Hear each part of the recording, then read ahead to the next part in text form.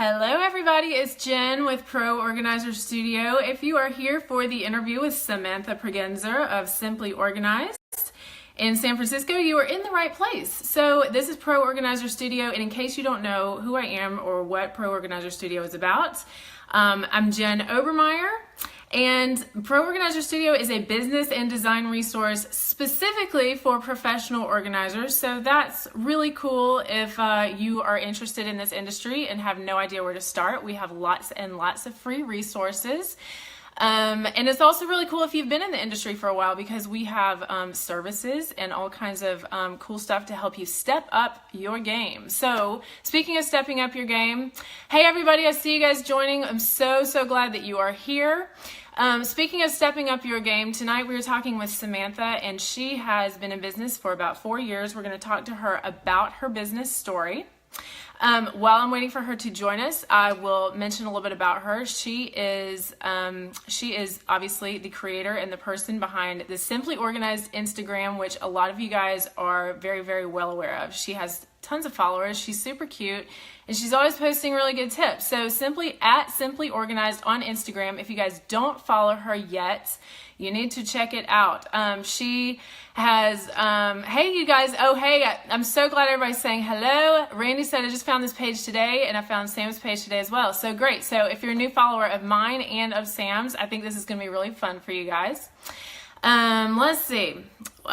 This is a live chat. It takes us a few minutes to get everything situated. So as soon as I see, hey Lauren, hey Michelle, as soon as I see my friend Samantha logged on here, I will get her hooked up on our chat. We just did a little introduction. We're talking about Sam's business story, but tonight we're really here to ask her specifically about Instagram, because this is kind of her main marketing thing, her main marketing mojo, and she has tons of followers, which we all think is awesome. Aww. But we want to hear about it from her point of view. What made you decide to start doing Instagram, and how did it grow as big as it is today? So, when I was, my business actually, well, my other form of marketing, I guess if you want to call it, is my website and my blog. So yes. The blog came before my Instagram. So, I had been blogging, been sharing ideas, and I made a move from Arkansas. We were living out of state at the time. And so before I actually started my in-person business, I was working from home on the blog, doing projects on the website. Then I made the move. When I made the move to California, back home, where I knew that I would be starting my organizing business, I really gave a hard look at all of the social platforms to try and figure out which was, based on my blog, which was probably going to be the best one for me and my audience. And that one was Instagram, because I could share a beautiful photo and also add a story or a caption below it. And it felt more similar to me. It felt very similar to my blog. And okay. Mm-hmm. So that's why I ended up choosing it. I feel like it was just the best fit for my audience and the best fit for the type of work that I do. So that's how I ended up ultimately focusing there. And then, in terms of growing it, I'm not a big, I got to grow this numbers person. Every single number is a person behind it. Yeah. And I am so grateful that they're there to be a part of the journey and a part of the process. And really and truly, the only reason that I share is because I can't organize and reach everybody in person. And so having that feed allows me to reach a broader audience and connect. And a lot of people that are on my Instagram, they don't know I have a blog. And a lot of people that read my blog, they don't necessarily follow the Instagram. I feel like there's two different audiences sometimes. Yes. But the way I didn't set out to grow that feed, I set out to share, be helpful, be myself. And these are people that hire me. So I'm very sensitive to their privacy as well. Mm-hmm. And so I'm very cautious about what I share, what I say. But for I really just have shared genuinely. The way that I could say it may have grown is because I've been featured a couple times. Like Pottery Barn is a sort of a part of my aesthetic. And when Pottery Barn saw a project I did, they shared it. You know, some other bloggers have shared my stuff, or other people on Instagram have shared, and then you get like a little bit of a bump in your numbers. Yeah. But I didn't really set out to grow to where it's at right now. It's just is happening naturally. And That's awesome. also believe that it's not me. Like, I feel like that it's a community that's building itself. And I love that people communicate with one another in the comment section. And those comments mean a lot to me. I'm the only person behind the curtains here. So I respond to every comment. It's me, I'm sitting in the carpool line, responding, laying in bed. I'm responding, it's really, it's just me connecting. And then the community has been building upon itself, which I love to see, That is amazing. Okay. I have so many questions. I have a lot written out. My immediate thing I want to jump to though is kind of two parts. Okay. So you said it's just you, and obviously there's a lot of organizers out there who are doing their own social media, and they don't have an assistant. They don't have, they don't have somebody to help them do all this stuff. So here's my first question. And again, it's kind of two parts. Do you plan out what you're going to post in advance? Mm-hmm. And if you do, how do you work that into, like, I feel like this is like the biggest obstacle, is how do you work that into actually being like at a session with a client where it is not natural to just stop and say, okay, let's make this look all pretty and take a picture real quick. Do you work it in authentically like that, or do you set aside time before or after to get those pictures? Because that is the hardest thing I feel like that I hear from people and that I've struggled with, is just like, I don't want to interrupt our flow to get a photo. And if you do, like, how do you like know for sure how you can plan out like what kinds of pictures you can get that day, Right. So that's the biggest thing. Yeah. I don't take any pictures until the end. When everything's done and I leave, before I leave, because I don't just organize, I clean. So organizing is done, floors are vacuumed, counters are, cleaned off. Then I take all the photos. And those photos are for my portfolio. And I'll probably take like 50 shots, and then I'll take, one from that day. I always post on Instagram at 6 p.m. So it's at the end of my day. I don't stop mid-session to post. It happens at the end of my day, when I'm at home, when I've had time to reflect on how the day went. Maybe something, I learn something from my clients every time I work for them. They're learning, but I'm learning from them. And I could get real deep here, but it's like, I welcome it. That's awesome. It's intimate. There's an energy, and I'm a big feeder off of energy. So anytime you read a caption, that caption is coming from a place where I was that day with that client, or maybe something I overheard them say, or something that inspired me that I think might inspire and touch somebody else. So, and yes, I do take all my photos myself, and they're all with my iPhone. So I take photos at the end, and then I have a few hours between when I was there and when I'm home at 6 p.m. I just do a quick edit on the photo, and I add a caption and I post it. And then, that's pretty much the flow.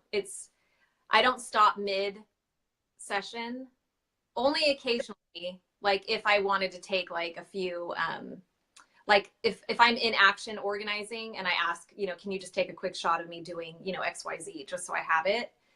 So you have your client will take a picture for you? Sometimes they do. Yeah. Okay. If I need the help, if I have on some bigger jobs, I might have an assistant or two, and I can ask them to help me do that. But yeah, for the most part, that's basically how it works. It's very simple. It's not like there's no smoke and mirrors going on over here. Right. No, yeah, totally. So you don't really plan ahead on your feed for what kind of, you know, pictures are kind of going to flow together. But it is I clear think though that you have, sorry, go ahead. I think there's some that are planned ahead. Like they, you know, if I have like, cause sometimes I share stuff from my home, like I'll share of my Christmas tree, or I'll share pictures of my gate at the entry. Um, Your refrigerator, that's my favorite one. Yeah. I mean, I that's love that. stuff. Some of that stuff is planned. I may not have the photo until that day, but I'm thinking, oh, you know what? It's Sunday. I'm going to do my Sunday fridge. I got these new containers. I'll share that this week. But Yeah. really, you know, sometimes there'll be days in between when I post anything on Instagram, and it's because either I wasn't working or I just wasn't feeling like it was just I didn't really have anything worth sharing, or I just wanted to have social media not a part of my life that for a couple of days, and I just from it. So yeah, that's how that works. So here's another big question. I think one of the major struggles that we have as organizers is that, like, often the work that we're doing is not glamorous and it's not happening in good lighting. Hello, like it's almost always, it's like, I feel like that's a really big struggle, is like where people are like, ooh, like I don't know what to put on my Instagram because it's like this dark closet looks just as crappy after as it did before, because there's not, like, it's not conducive to like that glamour shot. So do you ever do anything special for lighting, or do you try to just take pictures where there is good lighting existing? Well, my number one tip is you got to have all the lights out. You can't shoot, you know, and meaning only use natural light, right? Yeah, no, like the overhead light on me right now is really bad because I'm, you know, best lighting. It's yellow. It's really warm. So I turn out all the lights so there's no lighting. And then I just make sure, you know, my composition on the photo is good. You know, I like to start with a good photo. So I don't have, it's all natural light. And then I just make sure that I'm getting a good shot. And if I have to straighten it because it's off, because, you know, cameras naturally have an angle. Right. I did make sure that initial photo is good. And then it's just a matter of brightening it. Okay. Okay. And so do you have a special app that you use, or do you have a favorite app that you use, or do you like the Instagram filters themselves? So I don't use any filters. Okay. I edit in the phone, the photo app itself on my iPhone. Okay. I play with the edits in the Instagram editor. Okay. I don't use filters. Okay. Okay, cool. So what was the other question? That's a good answer at some point what in the interview. Oh, I'm not scrolling down. Oh, we can talk about how I determine what I charge, because that's always a question I'm asked too. Oh yeah, we can definitely. Oh yeah, can we definitely get back to that one after the the Instagram flurry of questions? Do you have you noticed any, like, which posts of yours do best, like in terms of popularity, like before and afters, or like the product features, or the ones where you're in the photo? Like, do you notice anything like that? The refrigerator ones are always the top, which is crazy to me. Really? That's awesome. Always. Always the top. It's like the refrigerator, my Sunday fridge gets thousands of likes. I think that's funny. But I think the next would be, you know, like something wider angled. Sometimes wide angle images do better, like where you're seeing the entire space. Pantries seem to do pretty well when I share them, like a pantry or like a playroom closet. I feel like maybe a real challenge area for people might be more popular. Yeah, but definitely that fridge. Okay. The fridge is awesome. I know. So can you tell us too about your actual, you know, how many of your clients, like new clients, find you on Instagram or see your Instagram and decide that you're the one that they want to work with? I mean, how much of that would you attribute to your Instagram versus like other methods of how people find you, like referrals or website, that kind of thing? So it's funny you ask, because it's only been recently that people will email me and say, I found your Instagram and I love your feed and I've been following you because they figured out where I lived, and I'm pretty clear, you know, my area there. I have it in my profile description. Right. But it's only been like in the last 6 months, I think, that I started getting people contacting me saying they follow the Instagram feed. And I think that's partly to do with locally, people are picking up on my work and they're sharing it. Like moms are connecting, and a lot of moms are on Instagram. Maybe I should step back a little bit because I do want to emphasize my organizing focus is families. So I focus on working with families, children, in that sort of niche. So moms are speaking to each other, they're sharing, they're saying, hey, check out this Instagram, they're tagging somebody. But most people find me by word of mouth. Girls in the, you know, I have like a six or seven city range that I work within. And so moms are referring me out to one another, or they are referring them to my website, and then they'll contact me through my contact page on the website. But it's only been in like the last 6 months that I've started getting people contacting me saying, you know, I'm local to you. I found you on Instagram. So that's been interesting. That's really cool. Yeah. That's really cool. So, okay, are you willing to talk to us a little bit about, I know you use the Like It to Know It app for a little bit of affiliate linkage, that kind of thing. Will you talk to us about some of the other ways that your Instagram helps you make money? I mean, you don't have to go too specific, but some other opportunities that have opened up because of it. Okay, so I'm really not into, I have a couple companies that I've partnered with, and they will pay me, but I am highly like sensitive to that. Like I don't even really do it on the site anymore. I really had an internal battle over sponsored posts versus sharing affiliate links to spaces that I'm actually working in. Just feels more genuine, and it feels good to me. I don't be the sock puppet for another company. When Simply Organized is its own brand. So I want to be, you know, I'm really careful about that. I have like LastPass is a company I've worked with like 4 or 5 times in the last couple years, and they have a digital, like a password organizer. It makes it works with my brand. I actually use it. It's an app that I've recommended to clients for a really long time. So when they reached out to me, that was a natural fit. So I accepted it, and they paid me for images on Instagram. But otherwise, it's just my Like to Know It affiliate program that you'll see on my posts occasionally. And those are genuinely products that were used in the client space or in my home. And I do want to emphasize that I probably make the least amount of money for, I'm serious. Like I'm not a fashion person. You know, I don't know. I'm really sensitive to the way people view that. I don't want people to think I make thousands of dollars a month. I make like pennies. It is like literal pennies, because I'm sharing a product that costs $1 and I get like 2%, or, you know, whatever it is. The reason that I wanted to join Like to Know It is because I would share an image, and then I would get a barrage of questions. Where'd you get that? Where's that from? Where'd you get that? Where's that from? And I just thought, oh, it's going to be a game changer.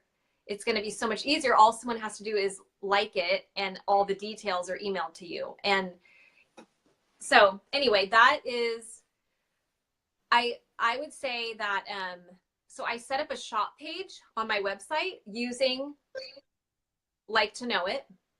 Okay. I make more money from the website than I do from Instagram. Okay. Using, you know, having that shop page there so that people can shop from it, or maybe it's, you know, from my blog post. But when I look at the analytics every month it's the Simply Organized website that is generating the majority of that revenue. It's not my Instagram feed. That's really interesting. So do you think that, I mean, you can tell whether your traffic is coming from Instagram or Google, or, I mean, where's the majority of your website traffic coming from? Just search, do you think? It's coming from Pinterest, and it's coming from Google, like native search, somebody searching for organizing or a specific space. I know that you can sort of do a deeper dive and you can actually find out the keywords that people are searching for to get to your website. I haven't done that. I've never investigated that, but yeah. And someone asked really quick, your shop page, they asked what web host you're using, but I mean, I just set up, I'm on WordPress. And right. added a new page to my website under my menu bar, and I called it shop. And then on that page, I just pulled over the products from, so on my end, it's called reward style, but on your end, it's called like to know it. So I pulled in, products from reward style that I've used in spaces, or the ones that they're my go-to products. And created the shop page from that. And it was simply a matter of just adding all the images and the links. They make it pretty easy. Okay. And so really one of the huge benefits for you is that this is just a convenient way for you to answer questions versus making a lot of money. Yeah. I'm being completely honest. I'm not making a lot of money doing it. I feel like the fashion influencers and the real home decor interior designer types are probably making great money, but I'm not, because I'm selling, the stuff that I'm sharing, it's dollars. It's not, it's not like $1,000 handbag. Exactly. I'm selling the hanger for the and it's like $5, right? So. Exactly.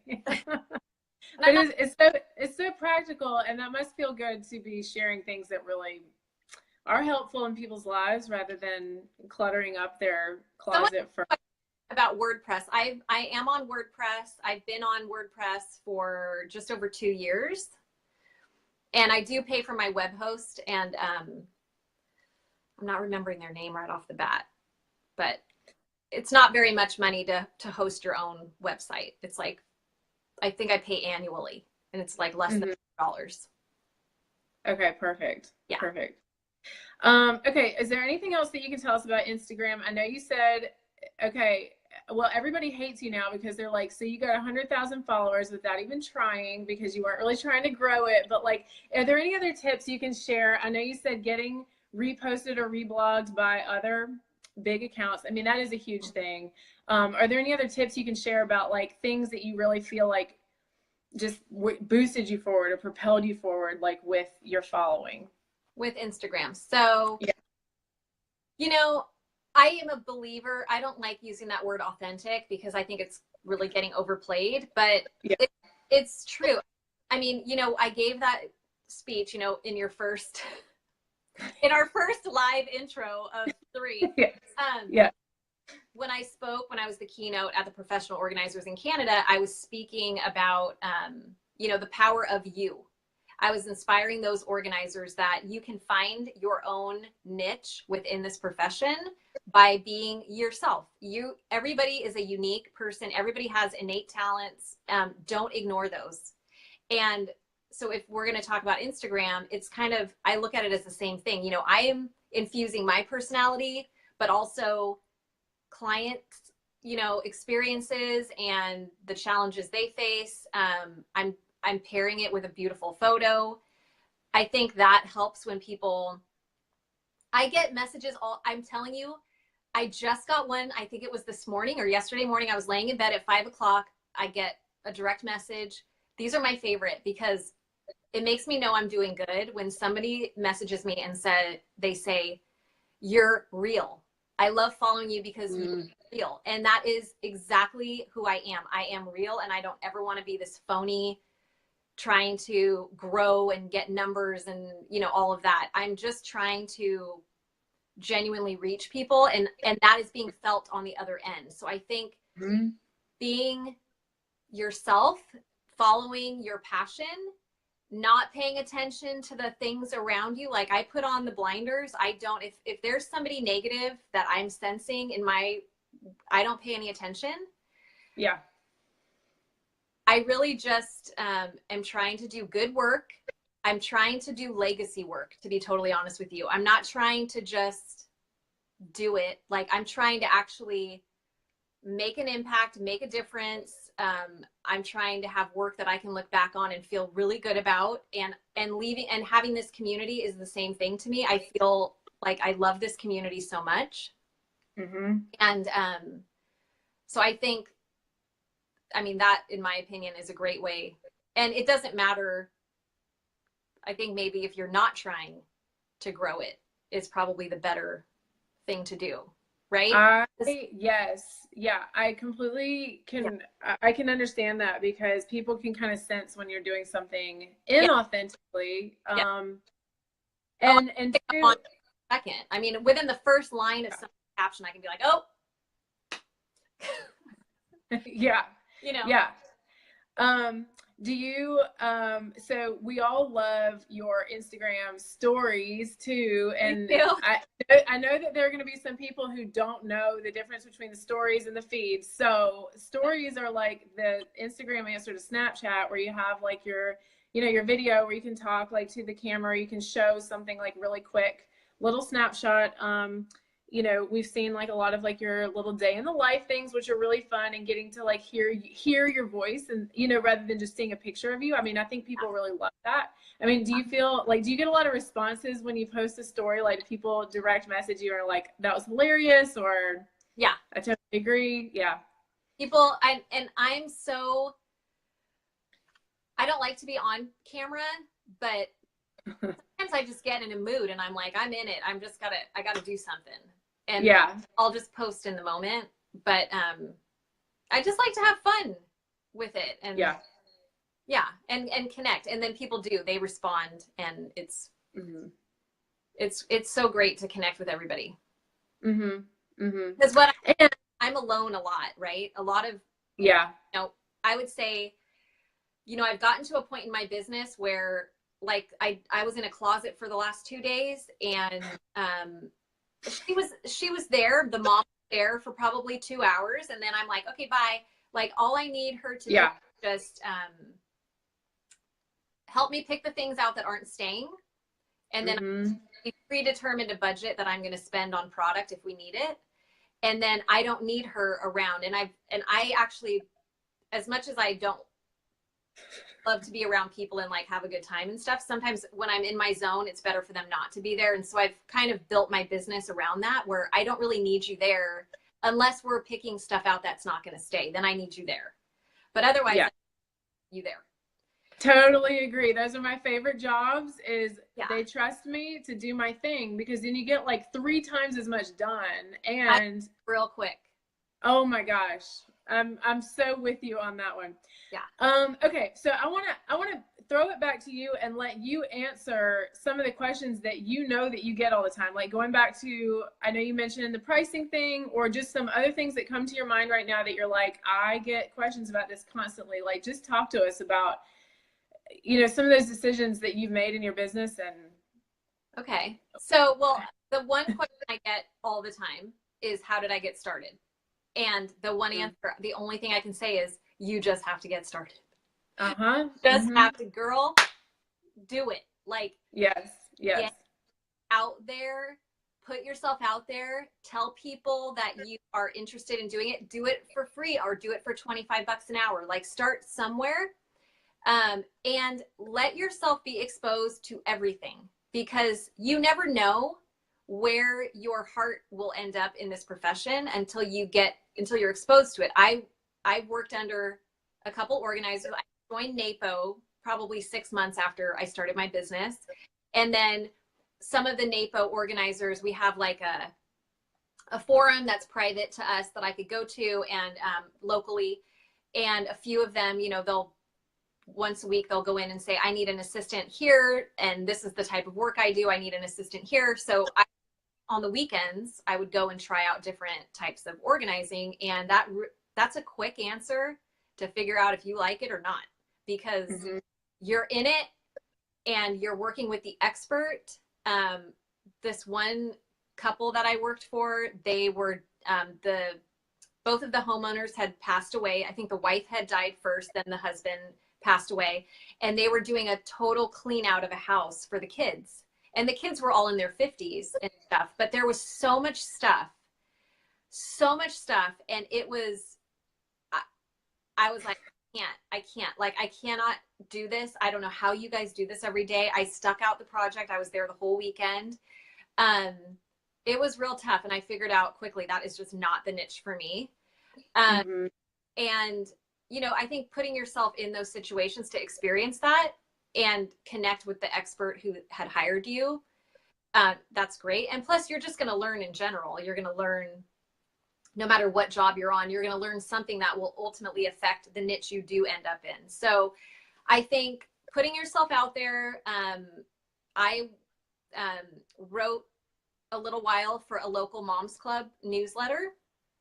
And my niche is, to answer your question, Natalie, is I work with families and children. So that's sort of my niche, and so everything within that. And so, yeah, I mean, I think that's like the biggest question I get. And I know it's frustrating to hear me say you just have to get out there and do it, but that's legitimately the only way. I mean, you could potentially reach out to another organizer who's hiring, but I really cannot emphasize enough that you need to let them know right away that you're thinking of eventually starting your own business. You don't want to go work for an organizer and learn, and they're putting in all that time. Like, I'm trying to build a team right now. I cannot find anyone who doesn't want to start their own business. And I'm real sensitive to the work I do. So I'm looking to build a team of people that want to work for Simply Organized. So if you could just be honest with that organizer, maybe they'll be like, okay, I'll take you in for a couple months and show you. But that's another option to get started. And, you know, I think you don't have to join a professional organization like NAPO. You can just pay a one-time fee to attend their monthly meeting. I think, like, to attend the San Francisco Bay Area chapter meetings that I attend, and I'm a member of, are, I think it's like $25 or $30 to come. And it's like it's 2 or 3 full hours because they do a dinner before, and you can just network and get to know people. And, you know, yes, go Giants. So yeah, I think that's like one of the biggest questions. Let me think of another question, because I feel like I get them all the time. Some of them are more like business specific, which is hard to answer, because let's just make it clear that I am not a business person. Like, I am like the worst. I was just talking to someone today about my QuickBooks account. I'm not a bookkeeper. I'm just not great at that. And the business side of my business is the hardest part. I just want to do the work, but I have to do the business side too. And it's really hard. So, you know, that's another thing to think about when you're just getting started, is when you have the downtime and it's slow, is a good time to be thinking about your workflow, what you want. You know, are you going to be on QuickBooks? Are you going to, you know, what there's other, FreshBooks. There's like all these different types of invoicing systems. Yeah, because I'm not good at that. There's a million things. I know. There's a million not things. Good at that. Like, and then, okay, so now let's talk about pricing, because since we're talking about invoicing, how I started was, nobody, for some reason, it's this big like hush hush. You cannot talk about what you charge per hour in this world of organizing. And I think it depends on where you live. When I first started, I was charging $40 an hour. And I think I stayed at $40 an hour for the first year, which was probably much longer than I should have stayed.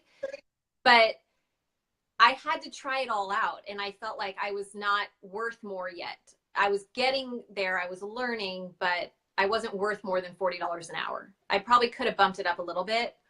And then after a year, I started scaling it little by little. And now, after doing the work for 5 years, I am almost 100% flat rate on my projects. It's If I need to go hourly, it's because it's a one-off, like I'm coming back to do something, or I feel like the client might not be able to work within that time frame that I could quote a flat rate. Mm-hmm. So I do offer hourly if I feel I have to feel out the client to make that decision. But for the most part, all of my projects are quoted by the space and it's flat rate. So that's where I'm at with that. And it really took the time and experience to get to that point. You know, I can look at a room now because I've been doing this so long. I can walk in, I can look at a closet, and I can say, like the closet, for example, I was in this week. I knew I would be roughly 8 hours total, and I would be there over 2 days. So I factor that in. I'm like, okay, well, I'm going to be purging. I'm going to shop in between. You know, I went to the Container Store after the first day. So that was like, 30 minutes of my time. And then I came back the next day and I put it all away, so roughly around that time, I can say it's going to take me 8 hours, and I would quote accordingly based on that. Mm-hmm. So I think it's just that sort of pricing comes with experience, and you'll get there, it's just, mm-hmm. I spoke at my chapter meeting for my Bay Area NAPO chapter meeting last month because people wanted to know how I made that jump. They wanted to know specifics and why I did it. The why is because I felt like some of my clients were, if I say, okay, and I'm, $100 an hour, just say, for example, they would be like, whoa, how many hours? Like, is this just open-ended thing? And I'm like, no. Like, we'll book like 3 hours at a time or 4 hours at a time. We'll do it within your budget. But I just felt like it was a close-ended, yep, this is how much it's going to cost to get your closet done. And this is the entire scope of work is defined in my client contract with them. So they know exactly what to expect from me. And this is the price. And I felt like the pressure came off. It was less pressure, easier. And I think a couple questions. Am I able to scroll back on the questions? Oh, I am. I want to. Yeah. I don't charge for supplies unless it's a product that I am bringing in for the client, and I do not charge an up fee on any product. And I also try to organize around a sales cycle because I go to the Container Store most of the time because I'm pretty much guaranteed for the most part they're going to have the product, and I really try to follow the sales so that it makes sense for the client to just purchase.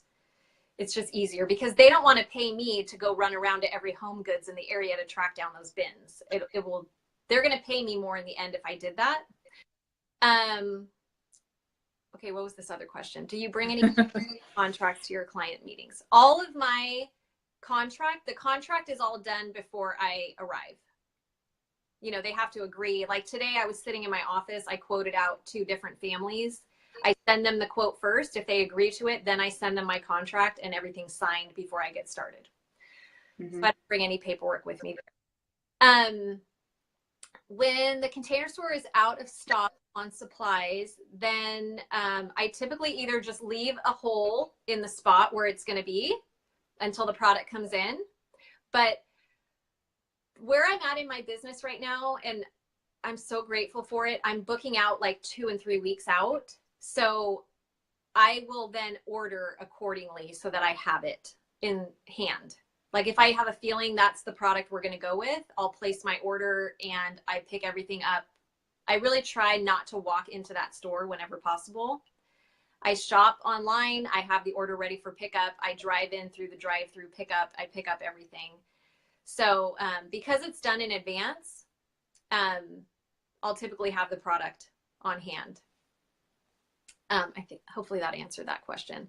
How did you create your contract? That's a good one. I hired an attorney, and I would absolutely recommend you do the same.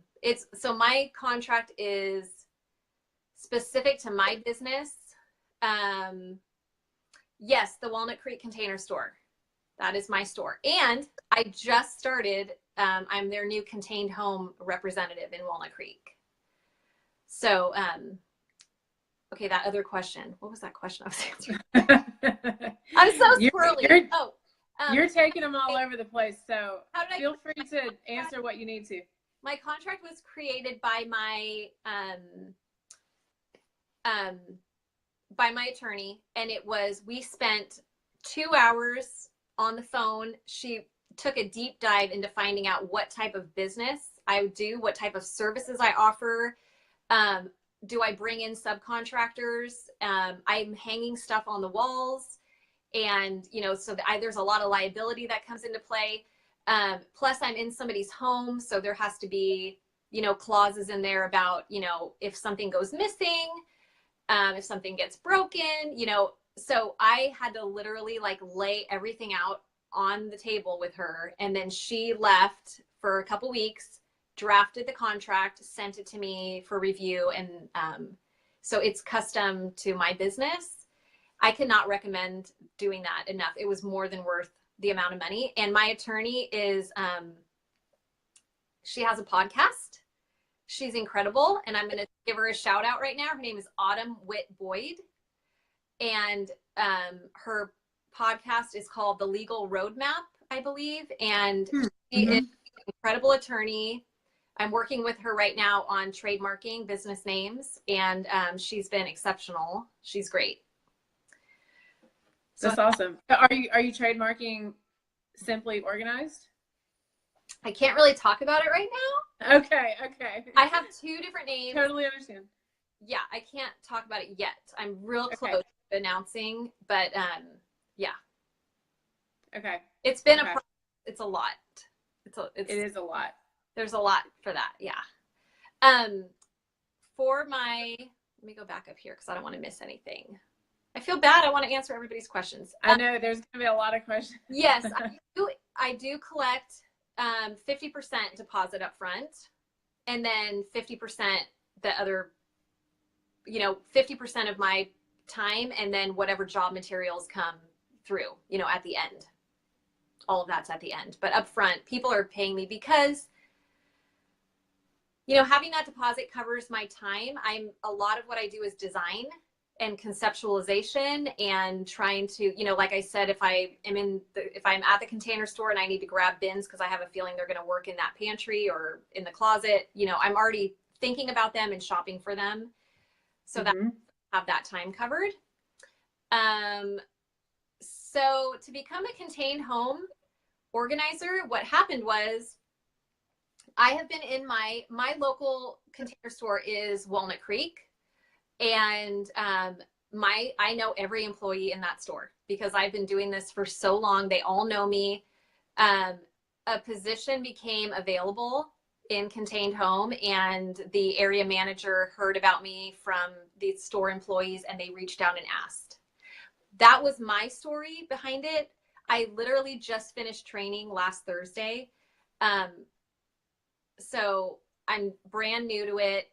I don't know what to expect, but I'm sure if you want to contact your local Container Store, then they might be able to tell you if there's an opening for that. But they're very, I think the fact that I have such a great camaraderie with that store and all of their employees, it just seemed like a good fit. And I really gave a lot of thought before I said yes, because I'm not like giving up my business or anything to do it. I'm an independent professional organizing company, but I feel like it's sort of like, I don't know who I'm going to end up with. I don't know what population is going to come through. And they assured me it's probably going to be pretty similar to the current families that I work with. So check with your local store. Okay. Do you make much less per hour working with the Container Store versus your own? I am. So a little bit less, but you earn a commission on the product. So it's going to more than make up for the difference, I think. I'm just getting started. I just had my first call today with my first client from the Container Store, and we're doing a garage, of course.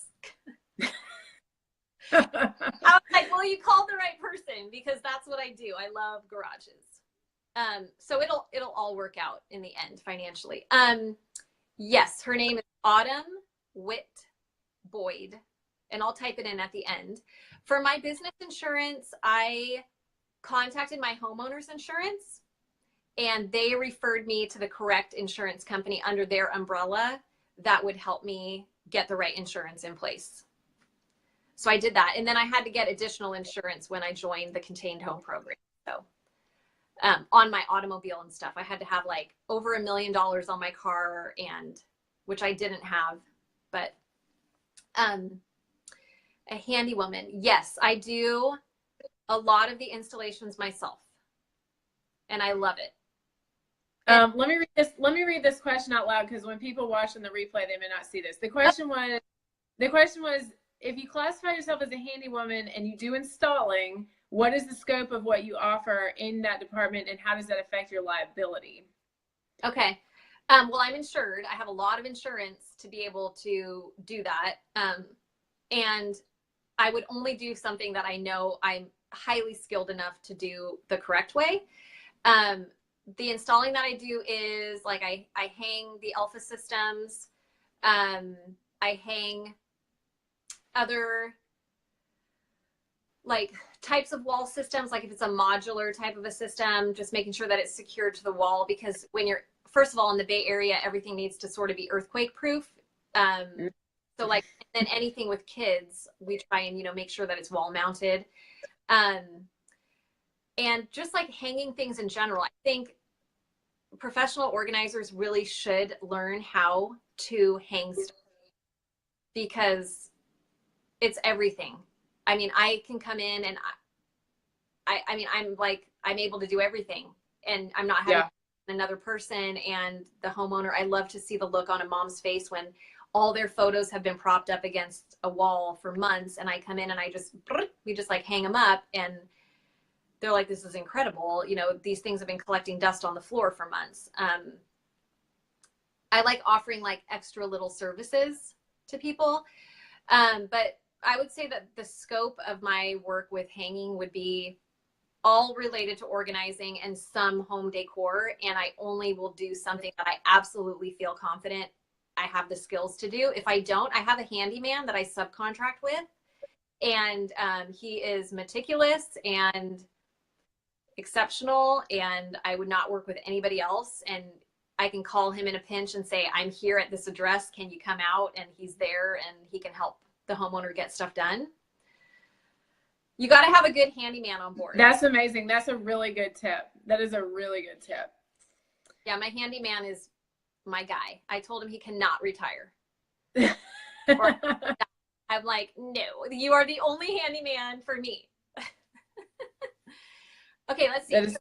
Can you walk us through a client calls, and then what? What do you go see? How long in advance do you shop? Okay, so when a client reaches out, this is something that has changed in my business. When I was first starting, I would go consult with every single new client. I don't do that anymore. I can get a pretty good sense over the phone if it's a good fit, if the project is a good fit, if the personality is a good fit. And if I feel like there's anything in question, then I would then follow up and schedule a time to come out and like pop by if I'm going to be in the area. And then, so if it gets to the point where I'm doing a consult in person, I'll come in and I'll see everything, and I'll take in the space, and then I'll come home and think about it and quote it out. If we decide to work together, I'll give them a quote. But for the majority of my clients now, what I'm trying, it just saves me time and it saves them time. And I was feeling like to be honest, I was losing money because I kept going to see everybody and not working. That it helps for me to set like maybe even just that initial time I come over, it's a 2-hour session. So, okay, we're going to talk on the phone. I'm going to offer you a free phone consultation. We'll talk for 30 minutes or so. But then when I'm out, it's billable time. So I'm there. We'll say we're going to start for 2 hours, and we'll start purging an area, or I'll start taking measurements for a closet, or, but that's how I structure that. And the amount of time in advance that I shop, it just depends on the project. I mean, there's no real answer. I can't really answer that like black and white because it just depends on what we're doing. Like garage, buy that garage. Yeah. Let me ask you a controversial question. Okay. So you mentioned that yes, okay, so I was a member of NAPO my first year and then I quit. I'm a dropout. Got a lot of other dropouts in the group and a lot of girls who are in it. And then there's other girls who have not been in it. Yep. Okay. And so, and you mentioned that there is definitely that whole like hush hush thing around pricing. Mm-hmm. I am a big advocate of putting your pricing on your website so there are not any surprises and there's not any question from the get-go that you are on the same page with each other. So did you always have your pricing on your website like you do now? And like, did you struggle with switching over, or did you initially like have people call you and then you tell them how much you charge? Yeah, so when people would call, so I haven't even checked, to be honest, I haven't even looked at my website pricing. I'm sure it's not accurate, but it might be a ballpark. But yeah, what I would do is just tell somebody over the phone, this is generally what my rate is, but I kind of need to see, like right now where I'm at in my business, I need to come out and, you know, scope it and give you a flat rate. And yeah, so I have no problem sharing my pricing on my website. I feel like it gives clients a good idea if I'm the right budget point for them. Yeah. But then the other thing to keep in mind is because 99% of my business is word of mouth referrals, my work speaks for itself. So people are willing to pay because they know not only is the organizing going to get done, but XYZ and beyond is also going to be completed. I haul away everything. All donations are taken care of and I get a tax receipt. Yeah. Everything's recycled. Everything's done, you know, environmentally friendly. I leave the space, not just the space I organized, but the space around it completely cleaned, tidy, and I create, it's a relationship that I'm creating with these families. So yeah, you, in your work ethic, if that shows, and say, for example, I did a closet and it cost, you know, $800 just to throw a number out there, that mom's going to say, oh, she came in and did my closet. It was about $800. Somebody make a decision in that moment if they want to do that or not. They want to contact me. But I really think the works, you get to a point where the work is speaking for itself, and people just, they want it done right, and they want the expert. So be the expert in your niche, and be the expert, and let it show in your work ethic. Be kind, non-judgmental, sensitive, you know, all the things that you want to be in someone's home. Yes. Confidentiality is everything. You know, the town I live in is really tiny. The surrounding area, obviously the Bay Area is big, but the town I live in, I wouldn't have another job if I even, you know, said it to somebody else about the home I was in. So, you know, creating trust with people is everything. And then I think your pricing, people are willing to pay because they know they're going to get an excellent output and they're working with the expert, and everybody's happy. So speaking of niches or niches, you mentioned a second ago, here's Cheryl asked, do you ever refer people who are not a good fit for your niche? Do you refer them to somebody else? Yes, I do. And I have great, not only if they're not in my general area, like I feel the area that I've carved out, like I said, it's like 6 or 7 cities. And I sort of stick to that because I know that in a pinch, when I'm done, I know exactly where I'm going to drop my donations. I know exactly, I'm going to run to the Container Store before I go to the carpool line. If somebody contacts me from San Jose, which is an hour away from me, I have an amazing professional organizer that is similar to what I do down there, and I would refer to her. If someone calls me from like the Marin area, like the North Bay, then I have somebody I could refer out there. And then also, if it just doesn't feel like a good fit in general, the number one thing you need to remember is you don't want to harm the situation more. Your job is to make it better and not make it worse. So if you get a that it's not going to be a good fit, don't work for them. Don't even try. Yes. Like, trust me, I've taken on clients and I kick myself later. I'm like, Sam, you had every red flag in the book. Yeah. Why did you do it? Like, duh. So I've learned the hard way, and it's so hard to say no to people, especially when you're just starting out and you feel like, yeah, it's my only job and I don't know when the next one's going to come. And, you know, let it go. Let it go. Like, it's going to be fine. It'll be great. You'll get another client, but you want to do the least amount of harm. And if your gut is firing, listen to it and walk away and refer them out. I agree with that, ladies. That's awesome. Awesome advice. So, Sam, what is, when it comes down to it, what would you say is your number one tip for someone starting in the organizing business today? My number one tip would be, out of all these tips, other than just get started, is there anything you wish you could just go back and say to yourself? I would just say, again, doing and trying it all, and really letting yourself experience being uncomfortable. Put yourself in those uncomfortable situations, and it's going to grow you. It's going to make you stronger. It's going to make you a stronger business owner. I'm, like I said in that Instagram post and my Instagram story about being on this interview with you, I feel like a lot of the days I am winging it big time. Like, it's okay. Like, I went and saw a home last week. There's like 10 different spaces in her home where she needs to be organized. I don't know how to quote that. And I'm faced with new challenges all the time in my business. And I'm like, okay, well, let's try this and see if this works, you know, you know, if you need to have someone to bounce the ideas off, that's a good idea to do that too. But I feel like just putting yourself out there and being uncomfortable and doing all the things is a great way to get started and a great way to quickly figure out what you do well. But I do believe that everybody has that one natural talent, and don't ignore it. Like, I almost wasn't going to do any handiwork in my business because I was afraid. I'm so glad that I didn't ignore that. And I just went with it because it's such a huge part of my business and it's something I love doing, and I get excited. I don't get frustrated.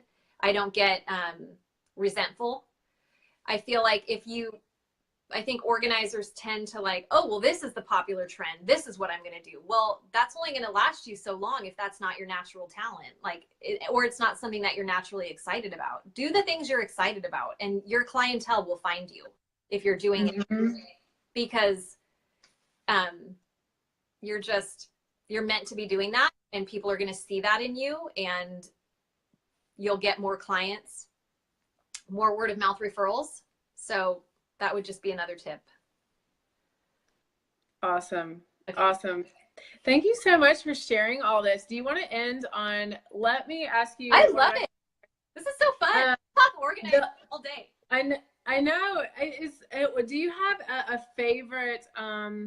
a favorite like client's story, or even just a favorite job that you ever did that could be just kind of something that is kind of inspiring to, and I've got a lot of girls in my group, for example, who are like, I want to do this. I feel like I need a little bit of a fire lit under me. Like, I feel nervous about so many things, but sometimes I feel like when they catch hold of like this inspiring moment and they're like, I know that I can do that too. Like, I would love for you to give them that kind of like, oh, like the angels sang at this moment in your business. Oh my gosh, that's tough to answer. I know that's a big question. That is a big one. I mean, I feel like the first real complete install that I did by myself was a big moment for me, because I just want to do it all. You know, eventually I won't be able to because there's going to be too many to do. But yeah, I mean, I think that, and then I think I've had, you know, a couple high profile clients that I was blown away that they even wanted to work with me. And I was like, what? Like me? You know, that's awesome. Those feelings where it's like, okay, this is really going somewhere, and I feel really proud and excited. And but yeah, I would say, the things I love, the things that make me feel good are when I get those text messages. This is probably the best answer, right? Okay. At the end of the day, like, you've been organizing for this mom and she's exhausted, and then she finally like gets her kids to bed, and then she crawls into bed herself, and maybe her husband comes home and sees this amazing new organized space and sees the wife just like so relieved, like a sense of relief, and they'll start texting me at night, like 9, 10, 11 o'clock at night, or I'll start getting text messages, and I screenshot those all the time to look back on when I'm having a really crappy day. Yeah. It just reminds me why I'm doing it. And I really love hearing. And I also love hearing when they reach out to me and say, you'll be so proud of me. Like, I've done a project for people, and then a couple months later, they'll message me and say, guess what I did? I did this closet all by myself. And I followed your directions that we did the last time we were here, and I did it all by myself. And I love that. I don't want people to have to pay me to come back all the time. I want them to do it themselves. I want to teach them how to, so they can handle it. So those are always good messages that make me feel good too. Well, that is awesome. And so just fitting. I mean, I know you said like at the beginning, like you could get really deep on this stuff. I could too. Yeah. I feel like so happy just to tell other girls or other women, that are like obsessed with organizing. I'm like, there are people who need you like desperately. Yeah. And I know that it seems overwhelming to like turn that skill into a business, but like it is so much more than just a business. It's like it becomes like your life, like your personal culture, and it's all about like who you are and the people you help and the relationships you're creating and what you believe about what you're doing. And so like to me, there is no better like side hustle, and then it can become your full-time job. I mean, it's so fulfilling. It's very satisfying. It really is. It really is. There's so many different organizing jobs that you can do within the field. I mean, there's now an organization for photo organizers. Yes. Bring it, because I don't want to do photos. I don't want to do or photos. And when there's people that do just photos in their business, and I love that. I think that is such a huge need. I don't think there's enough photo organizers in the world. I agree. I have not seen many of those. Yeah, there are so many different, really investigate them all. There's so many. There's organizers in our NAPO chapter that they only do bookkeeping organizing. They're bookkeeping types. There's the type that just do feng shui organizing. Yeah. It's really interesting. I'm like, wow, I didn't know all these niches existed. Like, whoa. Yeah. Yeah. Oh, I know. And that's what is so cool about it. It's like you have to figure out what your thing is, and you put your flag in the ground, and you build your business and your clientele around that. So, okay. This could go on and on and on. We could talk for a whole nother hour, but I have to ask you one more thing. Let's go all night. You have all night. This is past my bedtime. So you have I'm gonna get a bottle of wine, come back in. We'll just keep talking. I know. That would definitely be my style. Yeah. You have Evernote training that you do remotely. Like that's one of the ways that you can work with somebody who is not in your area. And this is kind of a little bit of a hot topic in our community, talking about virtual organizing, or any way basically you could work with a client that is not local to you. So do you have any little tips or happy stories about that? Like, I mean, Evernote obviously must be a skill of yours. Yeah, well, you can teach. Yeah. Me for sure. Yeah, so there's 2 different levels of Evernote certification, and I did not meet that upper level, which is to actually be a certified Evernote consultant, because in order to have that certification, you have to work with businesses of 10 or more people. And I don't do business organizing, so I automatically didn't fall into that category. But in January, I was invited to Evernote's headquarters. They're based here in the Bay Area. We did a live Facebook interview from their headquarters, and the guy doing the interview said, "Hey, you ought to try the Evernote community leader. I think that might be a better thing for you." So I applied. Okay. Go through that training. It's called Evernote Community Leader, and that fits better with what I do. And so then, I already sort of knew the basics of Evernote because I did, in fact, use it all the time. But I definitely learned a lot more about how robust that platform is and all the ways it can help you. And it made sense for me to go through the training because I'm trying to work with moms on better systems. You can use it for anything. You could have, for example, like all the measurements in your home, or, like you've been looking for this one desk for this one wall. Okay, well, put the measurements in your Evernote, or put all your meal plans in your Evernote, put your grocery shopping list in your Evernote. Nobody's ever without their phone. So exactly. You will have Evernote, you will have the answer on hand. I'm the worst at memorizing numbers. So I have a lot of numbers in there, like insurance information, and it's all secured. Like I don't have to worry someone's going to tap in and steal my information. Just like when you're in the moment and you're having to fill out like a medical form for one of your kids and you don't have that. It's been great. And then just being able to share it with other people and teach it. I mainly am teaching people how to use it in person. Okay. But that is a great way to add a service to your, service offerings. If you can, set up all your technology to do the training online, that's great. Without any technical issues. Right. Yeah. Yeah. No, that happens even to the best of us. Well, that's really cool too, because yes, I think there's a lot of people out there who are interested in adding some type of service that is not based on their physical ability, where they're located, and I know that's really a matter of, again, it goes back to growing an audience outside of just who's in your 20-mile range of your city, but like that's something that social media can help you do. Right.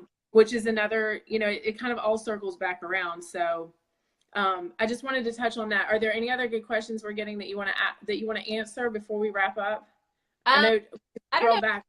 If you're scrolling, why don't you scroll and let me know if you see anything? I think someone asked again about how I quote job. I did mention previous. Yeah, we'll have them go back and listen to that one. Okay. The last question I'm seeing, I think this will be our last question for the night, is tell us about your first job. I asked you to tell us about your best job. Tell us about your first job. My first job was, obviously I'll never forget it. This sweet mom, at the time she had just one baby. Now she has 3. But she had this big, like, overflow.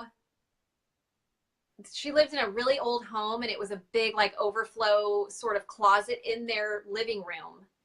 And it was packed. Like, I should come back in and link the client project here so you can go back and see it. But I mean, it was. Please do. That would be fun. Packed with so much stuff. The after is unbelievable. And it took me forever because it was my first real job for someone paying me that I didn't know. And, because it was such a large variety of items, I was completely thrown. I'm like, how am I going to contain it all? How am I going to fit it all back in? Is she going to get rid of stuff? It was stressful, but yeah, that was the first job I did. And I'll come back. Am I able to come back and like answer questions? Yes. Okay. So I'm going to come back in and I'm going to put that link in so that you can see the before and after, because I mean, I was blown away. Like, we got everything out. It was all just like wood, and we had it all painted white. So it was like super bright and not dark anymore. And she created a little desk, and she added a lamp, and we added like some wall mounted stuff. And it was beautiful. But that is super cool. That was the first job. I love that you have pictures that you can share of that, because that will be very inspiring too. Yeah, that was a fun one. Yay. Well, thank you so much for sharing so much with us, Sam. I shared enough.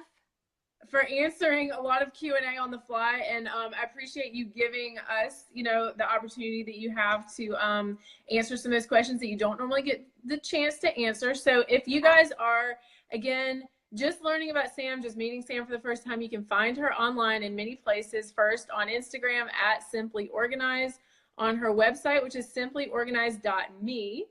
And of course on Facebook, she has a fabulous Facebook page as well. And if you guys are just finding Pro Organizer Studio for the first time tonight because you are one of Sam's fans, please come join us. We have lots of resources for starting your business, for growing your business, for figuring out all those business questions that you might have along the way. So we have a free group, a free course, free resource library, and then of course some paid course options as well, which is really exciting, as well as some services to help you with your website design, graphic design, that kind of thing that gets us tripped up when we're starting a business. And because we're also perfectionistic, we want it to be exactly right the first time. So we have lots of people to help you with the things that you're not great at, so you can do the things you are good at, which like Sam, you love the organizing. You're obsessed with that part of the job. So yeah. Thank you again for being here, and please share this with a friend who is obsessed with organizing, that did not know that organizing professionally is a real legit thing, because it totally is. It's the best business out there. The best. And it's totally doable too for so many of us, like wherever you are in life. So again, if you guys have been here tonight live asking questions, if we didn't get a chance to answer your question, I promise Sam and I will go back through and respond to some of your comments. You can look for her links to her first job photos and some of her other follow-ups. So thank you again, Sam, and thank you everybody for being here. Thank you, everybody, for all the great questions and for being so supportive. I love seeing all your comments come up, and I wanted to answer every single one. So I'm going to make back for those. Thank you so much for giving so much of your time to us. Oh, you're welcome. It's my pleasure. Yay! Yay! All right. Have a great night. Goodbye, everybody. Bye. Thank you. Bye.